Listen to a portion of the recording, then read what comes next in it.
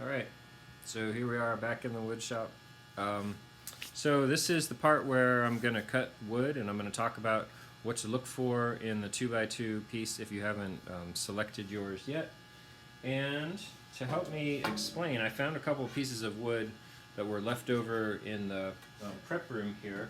One of them is very straight and the other one is not. So I thought I would show you. So when you sight a piece of wood, you just look right down the piece of wood like this and then turn it, and this is a straight piece of wood. So what you're going to see is just like one point perspective, you're going to see train tracks. So this one, yep, this one looks good. The other thing about this wood, actually both pieces are very lightweight. So they've lost all their water, and one of the things that I talked about to everybody who was here in class before, if you have a piece that's really heavy compared to the other pieces of wood, then it hasn't lost its water yet. Sometimes you can smell it, and if it smells like pine sap, then it probably hasn't lost the water yet.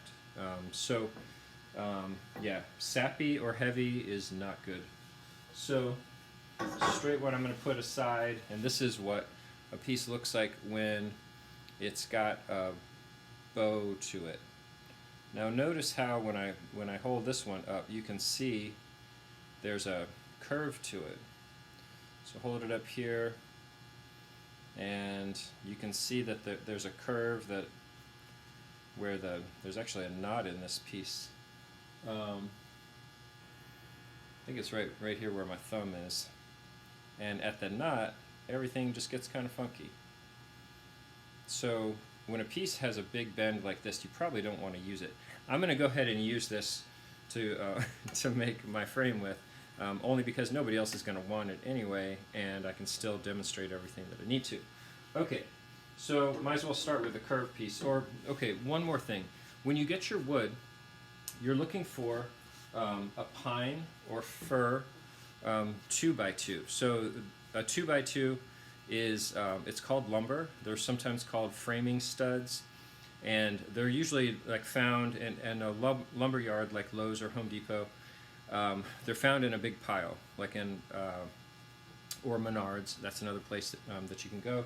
And you're going to buy an 8-foot long piece, and you're going to ask them to cut it in half, so that way you can fit it in your car. If an 8-foot section, if an 8-foot piece is not a problem for you, then just go ahead and do it. Sometimes you can have the wood, if it needs to come out of your car window a little bit. Sometimes I've done that before. So what else to say? Okay, so it's been cut in half. So you're going to have a piece that's roughly 4 feet long, and they're going to cut it so it has a square end like this. You're going to make the 45-degree angle cuts on it, which I'm going to show you right now. So pretend this is the piece I just got back from Lowe's or Home Depot or Menards. Actually, Menards is a little bit more difficult in terms of getting them to cut it for you, but so the old adage in working with wood is measure twice, cut once, which really means make sure that before you're about to put the saw blade down and make a cut, make sure that the measurements are right, and make sure that the angle of the blade, that 45-degree angle, make sure it's going the proper way. And I'll show you what it looks like on a piece when it's been cut properly. So I have a tape measure in my hand. I'm going to first start by measuring the whole length here. It's actually longer than 4 feet. So I'm going to, but just to keep things pretty consistent, I'm going to cut it at 2 feet. And then I'm going to show you how you use one piece to measure the second piece. Okay, so I have a pencil here, and angle this down slightly and move it just a tad closer like this. So I put this on the end and make a mark at 24 inches, 2 feet. Okay. Now the first thing I'm going to do So I'm actually going to make a cut on the end of this one at 45 degrees. So like I showed you before, the way that you move the saw blade is you start with the black handle, you loosen it just a little bit, like a half a turn, push in the thumb tab right here, and I'm going to move it over to 45 degrees. Once I start getting close to 45, I take my thumb off of this tab, and then I push it until it locks itself. It'll find the 45 degree notch here, and then I'm gonna tighten this black handle just a little bit so that I know that everything is really secure right here. Okay, so the next thing I'm gonna do is I'm gonna actually just cut a 45 degree angle right here. And so what I want to do, I don't want to lose too much wood right at the end here where I'm pointing. So the blade is going to cut like this. Sometimes I'll even draw a picture of where the blade is going to cut on a piece of wood. And so I'm going to inch this wood forward slightly so that I don't have any overhang on this edge right here. So, by the way, I'd really like to work like one-on-one with everyone when you come in, and cut your own wood, so that I can just make sure that you're doing everything right, and I can give you a quick refresher. I still want you to watch this video because it's going to make more sense when you see everything in detail. So I'm going to put on the glasses here. And now I'm going to get down kind of low here, and I want to see where the blade is going to cut. So notice I've got my hand on the handle like this, and I'm pulling the blade down until it touches the wood. So I can move the wood around so that I know there's not going to be a gap here. And actually, I'll do it the wrong way first, just to show you what I mean. So I'm gonna move this wood back slightly, and I'm going to show you what I mean by the gap. So I've got everything ready to go here. Remember, I showed you how to hold the wood. What you want to do when you have your 2x2 is you want to push it down flatly onto the surface this way, and you want to have your thumb pushing against the fence, one finger pushing down here, and these fingers just kind of like helping to clamp everything against the fence. As long as your hands are not too close to the blade, like you don't want to get close to this black line here, you want to be a few inches this way. So I've got everything in place. Now I'm ready to make the cut. So I'm going to stand up and cut. Okay, now let me show you what I got here.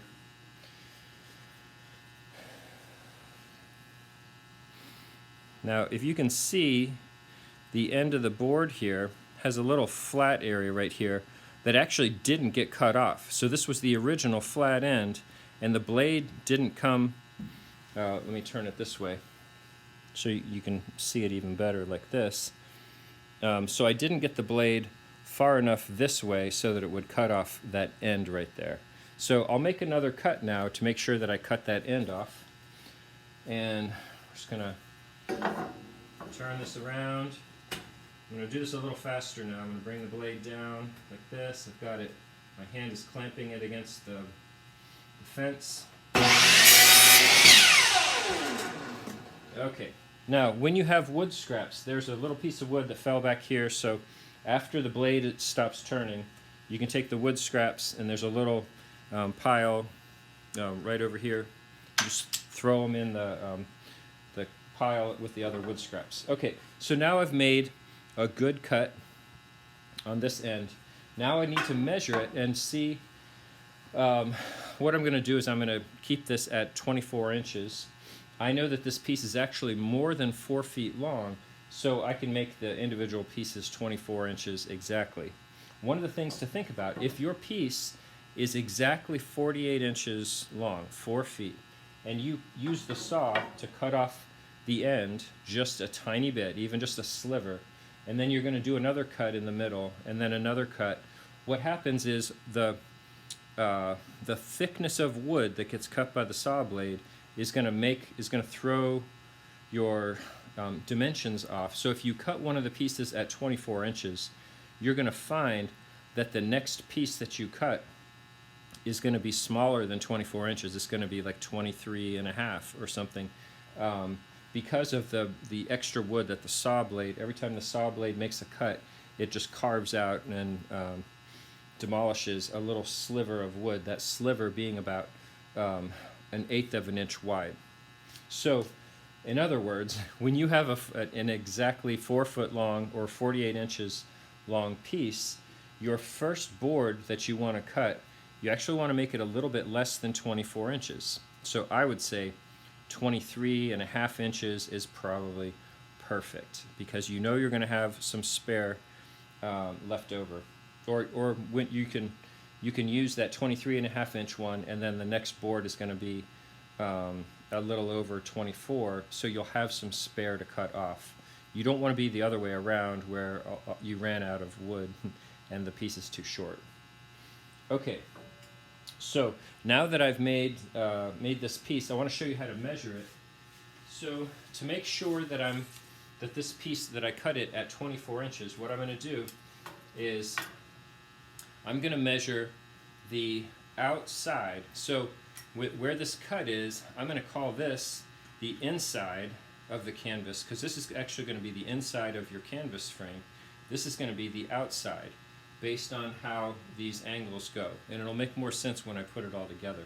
So I'm going to measure the 24 inches again. I'm going to hold the tape measure here, and I'm going to come down to 24 inches, and I'm going to make a mark right here on the top. I'm going to make this nice and dark with a pencil so that you can see it. So the mark is right here. You can see there's a big knot right here. This is the mark. Now, this end of the wood goes in like this. What's going to happen is on the other mark, it's going to go in the opposite direction. So again, the outside, the longer part of the wood, is always going to be on the outside. The shorter part of the wood, let me just draw this in so it makes sense. So this is my 45-degree angle, roughly. The shorter part of the wood is always the interior of the canvas. The longer part of the wood is always the outside of the canvas. And you'll see when the pieces all get put together how that looks. So now, I've got a mark right here on top. I'm gonna bring this up to the saw blade, and I'm gonna turn it so that I can make an accurate cut. So I'll move this in just a little bit closer and talk about what I'm going to look for here. So now, when I make this cut, what I want to do is I want to have the saw blade. So the piece that I'm measuring is all on this side. It's hanging off the end here somewhat. So when the saw blade comes down, I want the saw blade to be on that side of the cut, so that when it comes down, I save that line. Because I made that line at 24 inches, I want that line to be just on this side of the cut. So I'm going to hold everything. I know this might not totally make sense until you actually do it yourself. I'm going to go ahead and make the cut now. Okay, so now I've got this piece. Let me move this back again. And so the piece looks like I can't quite get the whole thing in here, but trust me, they're cut so that they face in opposite directions. If you ever cut a piece, move this back just a little farther. Nope, let me do it this way. Yeah, there we go. Now you can see. If you ever cut a piece and the cuts are parallel to each other, then you just made a big mistake, and you're going to have to recut it again. Which also means that you're going to have to, it'll make the piece become a lot smaller. Okay, so here's the first piece. Now, the beauty of making a cut like this, or cutting your first piece, is your first piece is going to measure your second piece so that these two pieces are going to be a perfect match. This is more important when you're making a canvas that isn't a square. So if you're making a piece that's 3 feet by 4 feet, then you want your 3 feet lengths to be exactly the same and your 4 feet lengths to be exactly the same. And you use the first piece to measure the second. So here we go. I've already got these, so these angles are, this is what the end, or what the end of this looks like. So now what I can do, I'm going to take the piece that I'm about to cut, and I'm going to move it in that direction, and I'm going to take the piece that I just cut. Gosh, I'm going to have to move this back just a little bit farther to show you. So the first piece that I'm measuring with, it's already done. I set on top of the second piece. I line up the ends so that they are perfectly aligned. I usually do this by feel, and meaning I kind of rub my finger along here to make sure that they're exactly even with each other. Now I'm going to hold my hand and I sort of clamp this all together with my hand. Before I get too far here, I just realized I need to pull up the wing of the saw so it'll support the wood. So this kind of just locks right up into place, and what it does is it supports the end that's of the piece that you're cutting. I'll just show you. That's what it looks like, and it, like I said, it locks into place, but you have to be kind of careful. I'll talk about if you ever want to. Well, I might as well just tell you right now. If you want to bring the wing down, the way that you do that, right down here, you're going to pull up on this. If you're not careful, this thing will just crash. Okay, well, it didn't crash because there's something in the way here.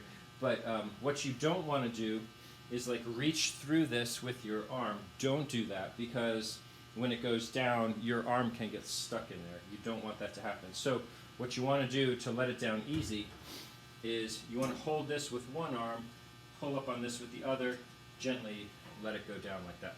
Okay, so enough of that. This one's already in place now. Back to the cut. So I'll move this around here. So I feel these,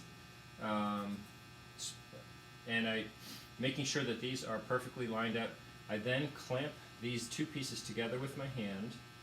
Now see how the end of this one, I guess you can't see, okay. So the end of this one is sitting over, so I have a longer piece over here. So now what I'm going to do is I'm going to bring the saw blade down. I still have these pieces clamped together, but I'm going to push the piece backward until the original piece just touches the saw blade. So the measuring piece now just touched the saw blade. Bring the blade back up, and now I'm going to really carefully, without moving anything around, I'm going to carefully take the measuring piece off. I'm going to set it off to the side, and now it's time to make the cut. So what I've done is I've effectively used the first one to measure the second one with. Now, I'm going to be making the cut on this piece. Notice in this case, I've got my hand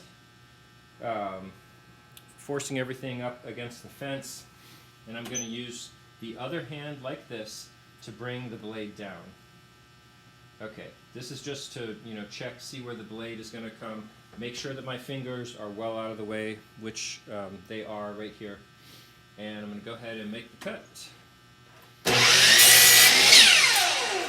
Now, when you're holding it on this side, when you bring the saw down, the first time you do this, the whole saw, the engine or the motor of the saw actually comes down, and the motor of the saw will touch your knuckles when you come all the way down here. That's going to be that could be a little bit startling, so just know that that's going to happen. Remember, the blade is still pretty far away from your fingers, so you don't have anything to worry about. Just know that that happens when you make this cut. When you come all the way down here, it's going to probably touch your knuckles. Okay, so then I've got this piece that is scrap. Goes in the scrap pile off to the side here. And now I've got these two pieces. And the way to tell that they are the same size, and to see if I did this right, I'm going to line it up back to back, just like this, and then I'm going to flip it over and see how I did. And it's not perfect. I have a tiny bit more that I can shave off of the one that's longer. So this is the one that's longer, so I'm going to take this and I'm going to just shave a tiny bit off. So I'm going to make one more cut. This one I don't even really have to measure. What I want to do here, I'm just looking to cut off about 1/8 or 1/16 of an inch. So what I'm going to do is I'm going to bring this down until the saw blade barely touches this wood. Barely touches. Get everything, gripped, and so I cut off about 1/16 of an inch. Now we're going to do the same thing. We're going to hold them up and see how we did. This is one side. Damn, I knew this was going to happen. It looks like I didn't cut off quite enough. So I'll do one more cut. Now the beauty of this is, and this is that I didn't cut off too much. So I've got another chance. So here we go. Bring this down. I'm going to cut off a tiny bit more.